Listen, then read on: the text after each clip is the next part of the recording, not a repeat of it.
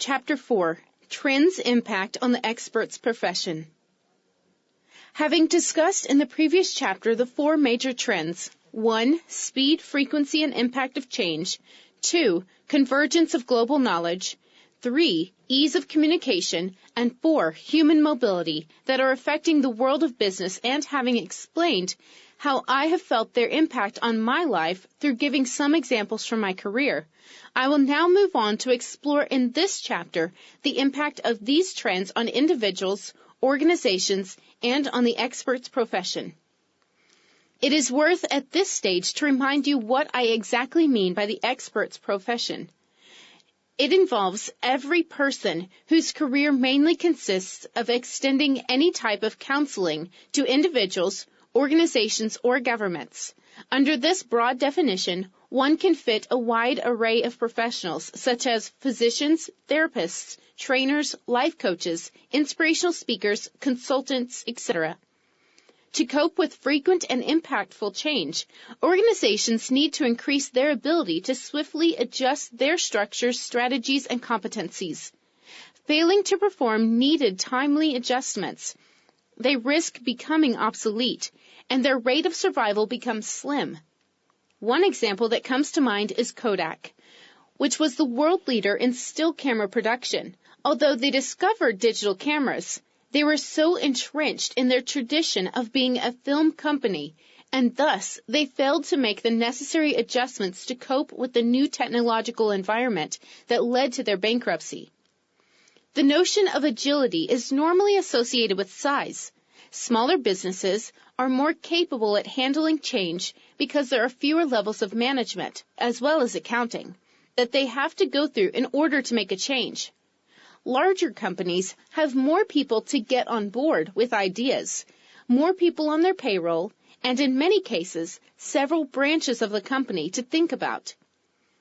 Even making a small change could have a big impact on every one of those levels. Small businesses can handle the shakeup. Bigger businesses can't. They aren't as agile. In order to stay relevant in the world's ever-changing marketplace, you've got to be able to change and adapt. Contracts that are negotiated today might not be relevant tomorrow. In the future business environment, the old analogy of the big ship, slow response time, versus the small boat, swift ability to adapt is gaining relevance. Prior to the 2008 financial crisis, the majority of our business was generated through engagements with Dubai government agencies. As a result of the global downturn, it was abruptly decided to significantly reduce any budgets earmarked for working with external management experts. As a consequence, we were facing a survival challenge. Either we had to adjust swiftly or go out of business. We were compelled to go through a painful process of accepting the new situation and seek to compensate the lost business elsewhere. We finally managed to survive through relocating our relatively flexible resources to other markets offering other services. Other large competitors went out of business as their ability to adapt was hampered by their size, their high barrier to exit, and the rigidity of their resources. To perform this urgently required adjustment was far from evident, but finally we managed to take the necessary steps to acquire business in other cities and countries to compensate for the sudden and sharp downturn in our main market of operation. The ensuing learning for me was that if we were locked up with very rigid conditions within the pre-financial crisis setup, we would have not been able to react in time to ensure our survival. As a result of abrupt change, the foundations of partnerships are affected and need constant amendment and review. Solid organizational structure and procedures would limit the ability of an organization to respond to change. Business models that were developed to fit certain business environments will swiftly become irrelevant. The window of time for the relevance of management models is constantly shrinking due to the higher frequency of change. Probably a time might come that it would not be commercially viable anymore to build models. I have experienced this firsthand. In the year 2009, we got an engagement as external management experts to implement a certain management model by a government agency. The initial project duration was 2 years. 6 months into the project, the client leadership decided to abandon the model. They were contractually bound with us, and we had to renegotiate the terms of our engagement with them. In the year 2005, we were executing a change management project for a bank in Paris. The first step consisted of gathering data about the current practices from the bank's staff. Then we proceeded to the analysis and the redesign of the processes. By the time we came back to discuss the prescribed changes with the staff, we discovered that much of the data initially gathered and based on which the analysis was performed is not relevant anymore. The irony here is that changes are occurring faster than what we experts call initiatives. Is it commercially and emotionally viable to initiate changes based on facts that are constantly dynamic? This is the question for leaders and management experts. Once I read something that I found very enlightening from Sir Richard Branson's book, Business Stripped Bare: Adventures of a Global Entrepreneur. One of the aims of the book was for Branson to share with the world the story of his career and phenomenal success. The Virgin Group founder mentioned that the book launch timing coincided with the eye of the 2008 financial storm. Branson told the story when editors scrambled, asking him if he would consider updating his book to fit the new changing environment. Here was one of the most successful entrepreneurs in modern times, billionaire and genius. Yet, he didn't have a window of time allowing him to align his message with the context of abrupt change. This is one of the reasons why I was reluctant to write this book. I finally decided to share my experience, knowing in advance that my race against time is a tough challenge. Therefore, I caution my readers to be skeptical about any prescriptive book. By the time the book is written and published, most probably significant components of it are already obsolete. My intention is not to offer any prescription to anyone. My aim is to share my personal experience, get my readers to relate to different components of my journey and my thought process, and draw their own conclusions if they deem necessary. I have been experiencing the impact of change on my life since I was a teenager. However, while contemplating this concept, an intriguing question has frequently arisen in my mind. Does change affect everything? If yes, to which extent? In this part, I will attempt to answer the aforementioned two questions. A quote from Bernard Baruch, 1870 to 1965, a successful businessman, a thinker, and a consultant to President Wilson and President Roosevelt, sheds some light to me on this matter. During my 87 years, I have witnessed a whole succession of technological revolutions, but none of them has done away with the need for character in the individual or the ability to think.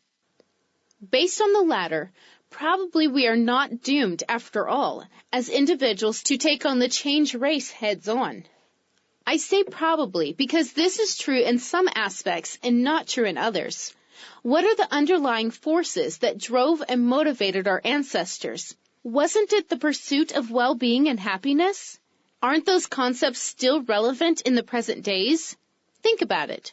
Our quest for self-realization has probably remained unchanged for thousands of years.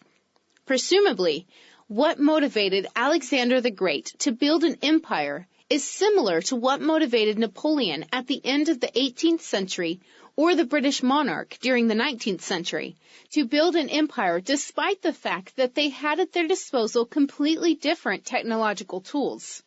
Weren't the Queen of Spain and President John F. Kennedy seeking the same kind of great achievements once they respectively supported Christopher Columbus's and Neil Armstrong's missions? Contrary to what some people might think, the need for people to build a social network was not created by companies such as MySpace and Facebook. Those firms were created to fulfill an ancient human desire to share aspects of our lives with others and stay connected. What typically happens is that sometimes we confuse the tools with our lives, and we become servants to the technology that we have created. On a personal level, it is my impression that my character, which is essentially determined by my unique DNA, does not change in its essence. Rather, it's my life experiences that make my character reveal itself differently to the environment at various times of my life. Based on my work with organizations belonging to various sectors, I have noticed that there are some traits that don't change or change slowly over time. For instance, during my work in the banking sector, I noticed that almost all bankers I dealt with were risk-averse. I witnessed this attitude continuously over a period of 7 years. The attitude of being risk-averse was hardly affected by change. Furthermore, I witnessed the phenomenon of organizational politics among all the clients that I supported. Those dynamics played out quite surprisingly in a similar fashion throughout my 9 years' work with all 80 organizations that I supported from different sectors and in various countries and continents. Therefore, while looking ahead, I don't expect them to disappear or change drastically. It can be deduced from this that no matter how fast the technology evolves, at the essence, the human aspirations remain unchanged. However, we need to acquire the skills to swiftly adapt to new tools and technologies. Failing to do so would endanger our success in the same eternal pursuit of well-being. For me, as an independent expert, I need to adapt to the new methods and tools. What remains constant is my desire to survive and self-realize. The same is true for my clients. Therefore, I need to avoid being held hostage to the ever-changing tools that help us all self-realize. Pieces of our society may change, but human behaviors can almost be guaranteed to stay the same. What stands the test of time are emotions, happiness, sadness, jealousy, etc. The ability to learn fast, tenacity, ability to handle clients, different cultures, sectors, aspirations, agility in changing, ability to deal with complexity. Because these things are not easily affected by change, we as experts need to focus on building and sustaining a competitive advantage for ourselves based on them. This is especially true within an environment where knowledge is becoming a commodity, and thus the value of delivering technical support to clients is eroding over time. The ease of communication has made it easier to forge long-distance partnerships with a larger variety of people and organizations surrounding you. It is now perfectly feasible to execute successful consulting projects out of the USA in partnership with a subject matter expert from Germany for a client in South Africa. For me personally, I consider my resources to comprise any other expert in the world. And by the same token, I sometimes take on the role of a resource for other experts. For example, we have successfully executed a reputation management project for a government agency in Dubai in partnership with subject matter experts located in southern France and Belgium. In this instance, we acquired the engagement with the client and brought in the partner to support us in offering a valuable service to our client. However, in other cases, our partners acquire an engagement and bring us in to support them in delivering a project. There is no real need to forge solid partnerships due to access to more potential partners that fit best with clients' needs.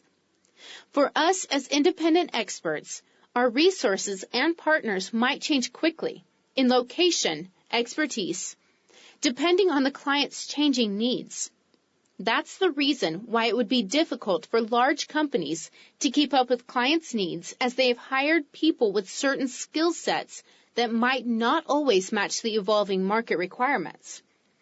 Even retraining of employees does not address the issue sometimes, as it might take more time to harness the training fruit than the window of time during which it is still relevant. The country's borders are becoming less of a barrier for disparity in knowledge due to the increased human mobility. Previously, it was possible to leverage the corporate knowledge in the emerging markets for extended periods of time. Presently, the clients in those markets have increased and faster access to international best practices. How does the combination of change and reduced cost of knowledge impact experts? It will most probably be more difficult to keep pace with the change and maintain relevant expert skills at any point of time. The skills and competencies you command today might not be useful to your clients tomorrow. The experts will have a reduced window of time to leverage on their knowledge base. The transfer of knowledge is less relevant to the client organization. The human mobility and ease of communication facilitate selling, executing long-distance projects. It is easier to forge long-distance partnerships with other professionals to offer an integrated service to a client located remotely. For me, as an independent expert, the concept of a country or a region has fast become obsolete. My clients and partners are located anywhere on the face of the earth. The proof is that I have been successful so far to offer my services to organizations in 12 different countries from 3 different continents. Chapter 5. Towards a business model for the human behavior expert profession fitting the future. Having discussed in the previous chapters the notion of uncertainty, the 4 major trends affecting the world, as well as their impact on individuals, organizations in general, and the expert's profession in particular, I will now move on to present the vision that I have built, based on my experience, about how the expert's profession can survive within the turbulent business environment described previously. Since ancient history, kings and rulers have felt the need to surround themselves with knowledgeable, trustworthy individuals who give them advice on various aspects of their governance. One notable example is Cardinal Armand John du Plessis de Richelieu, who was one of the closest advisors of Louis VIII's mother, Marie de Médicis. The cardinal was well known throughout the world as the king's chief minister or first minister. During the 30 Years' War, Richelieu advised Louis VIII to ally France to Sweden and raise taxes. Because of this, there were several uprisings and violent deaths. Richelieu was later denounced as a traitor and was alienated from the church by Pope Urban VIII. Does this remind you of some failed advice dispensed by infamous experts of our time? It's sufficient to follow the daily financial and political news to trace such failed advice at our present time. A more positive example would be Joseph from the Bible. Joseph was the trusted advisor of the Pharaoh, dispensing advice to him on how to successfully overcome the drought that hit Egypt.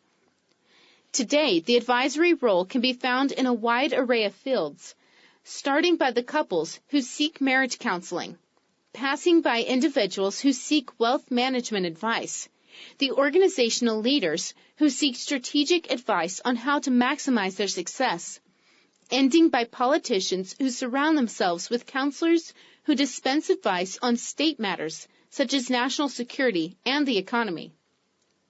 Who among us does not use the services of a counselor? Do you remember your classmate who advised you on love matters when you were a teenager? Or your mother giving you advice on how to deal with a bully? Another example from modern times would be the Formula One racing champions who, despite the fact that they are in the driver's seat, need someone, an advisor, sitting in a control room, strategically positioned to have an outside holistic view of the track, to update them about what might happen in 5 or 10 minutes with respect to their car, their competitors, the weather conditions, etc. Imagine a basketball team without a coach. With no one having an outside holistic view of the events unfolding on the floor during a game, how would such a team look? Most probably, they would act irrationally and disintegrate as a team. At the same time, most of us claim to have gained certain wisdom in one or many aspects of our lives, and we would be glad to wear the expert's hat and dispense advice to our family members, colleagues, and friends. From the information above, we can gather that the role of the counselor has always existed and will continue to be relevant in the future regardless of how fiercely abrupt change is. Independent experts like me, who make a living through dispensing advice to individuals, corporations, and governments, must take comfort in this. However, this does not mean that we should sit back and relax. On the contrary, within the environment that we have described in the previous chapters, we need to constantly reinvent ourselves while remaining faithful to the core value offering to our clients. In this chapter, I will explain my perspective on what experts should do to increase their chances for sustained long-term success. I will also share how I intend to steer my career going forward. In the business world, a company's management team hires an independent expert or expert firm mainly for two reasons: to dispense technical advice and/or to facilitate the change imposed by a new learning or an abrupt event.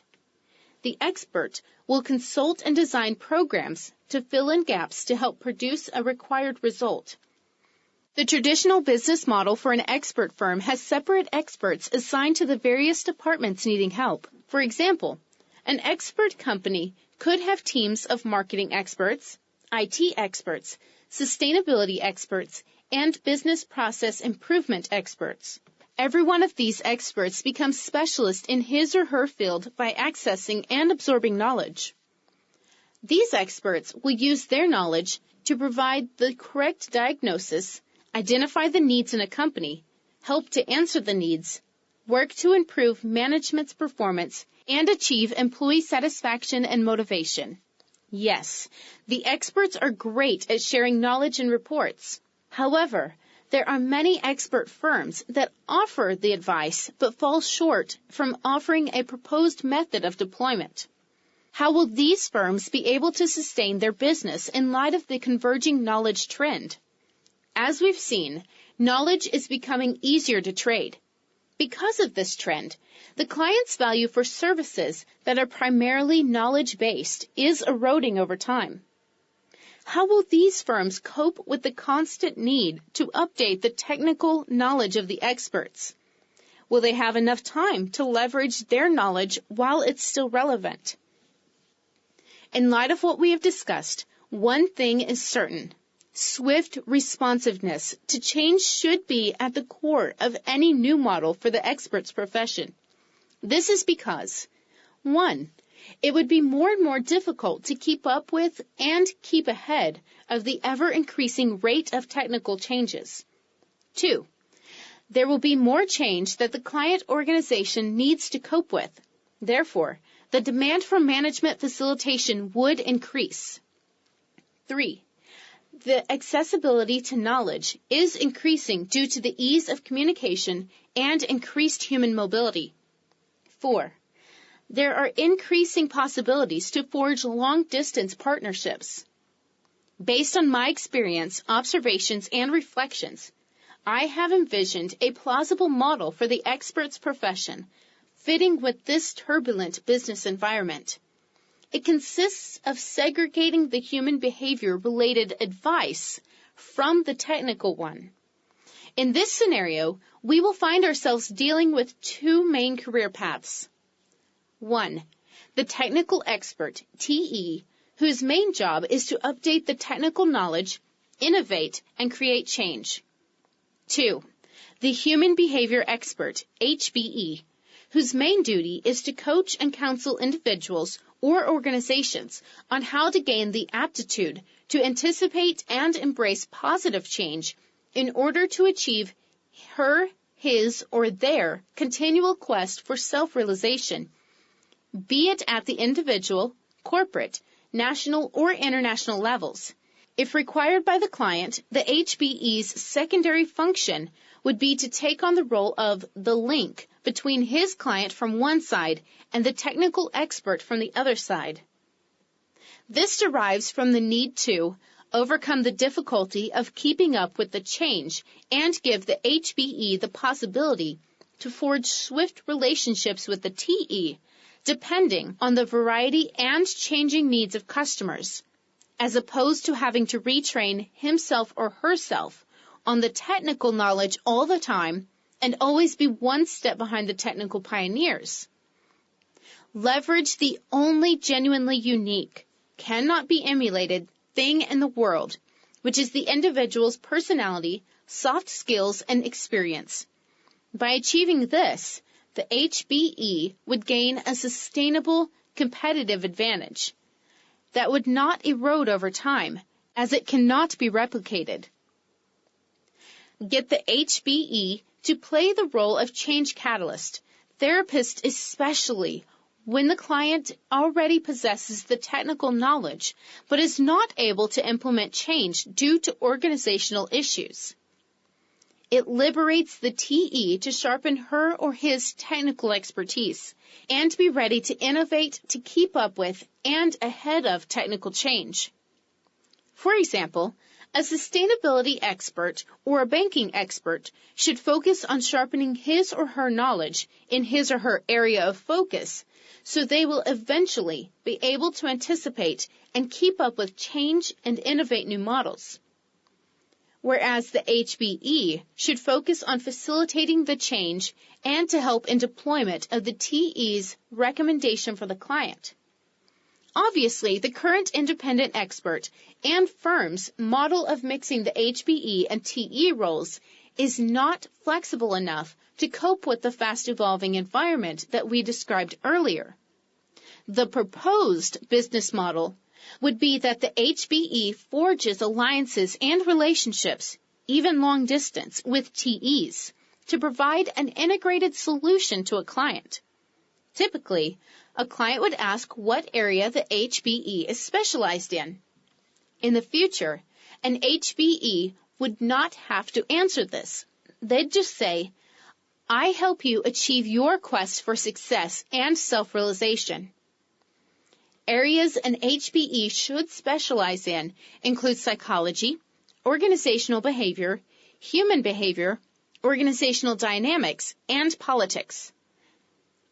So you need to decide which career path you take.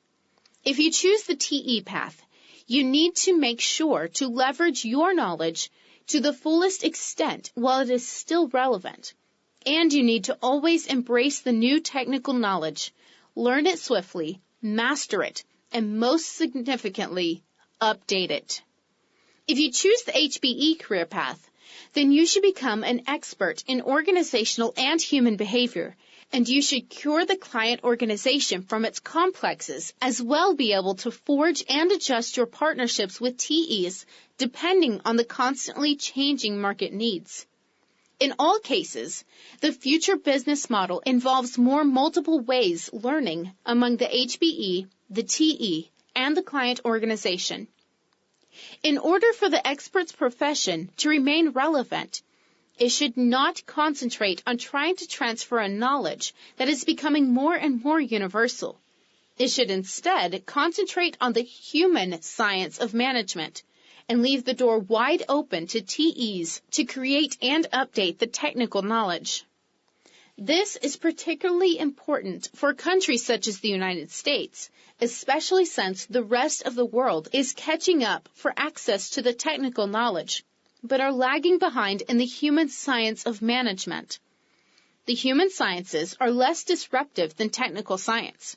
They are more affected by heritage, tradition, and experience. This is a distinct competency for the United States. I'm not saying that the traditional model does not generate money and value anymore.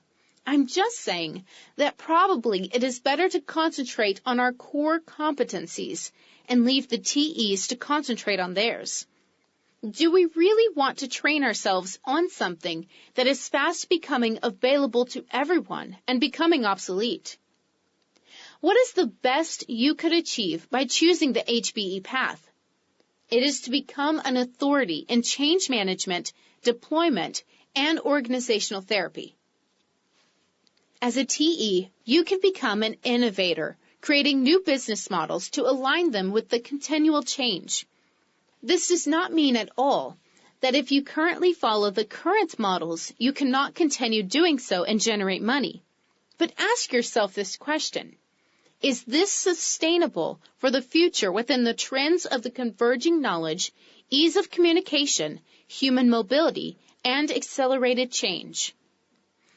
It is also perfectly feasible that you follow one of the above paths, even if you have a long experience based on the traditional model. My definition of the HBE is that she or he is someone who feels comfortable to live and operate within a turbulent, multicultural, multi-geographical environment. She or he seeks change, predicts, and embraces it. She or he is capable to swiftly turn it to her or his advantage. She or he has the ability to network and manage various stakeholders' aspirations, emotions, and behaviors. She or he is a kind of therapist for their client organization, as well as the people working with her or him. She or he is capable of matching a wide spectrum of dynamic client demands with the supply of a multitude of available technical experts. Once I decided to become an independent expert back in the year 2003, I was playing the role of HBE and TE simultaneously. In the beginning, I was reluctant to take on projects in specialized industries such as law enforcement, banking, and tourism, as I did not command the technical knowledge to offer value to my client organization. However, while executing large engagements in different sectors and multiple countries, I have learned that what my clients are valuing most is my HBE offering as opposed to my TE offering. For example, while working with a bank, a government agency, a retailer, a service provider, or a manufacturer, I have noticed that the client organization staff already knows the technical knowledge. What they needed most was someone to coach, counsel, motivate them, and to get them to work in teams and in harmony. By strategically positioning myself in the HBE career path, I have achieved many great things, such as working with clients from the public and private sectors within different fields, which constitutes a great learning experience for me. Use my unique, that cannot be emulated, soft skills to offer distinctive value to my clients. Avoid having to be a prisoner for technical changes. Improve my quality of life, as I don't have to be the running mouse on the wheel anymore. In the year 2009, one of the most respected business schools in the world asked me to extend counseling for a course in the MBA curriculum called Strategic Analysis and Evaluation. My 38 students at the time were mostly middle managers of different backgrounds, education, and experiences. Their average age was 35. Before I walked into the first class, I realized that I couldn't teach them any technical knowledge, as their collective knowledge, when they are in class, outweighs by far my knowledge. I came to the conclusion that I would not be offering them any value if I tried to teach them models that they already had access to.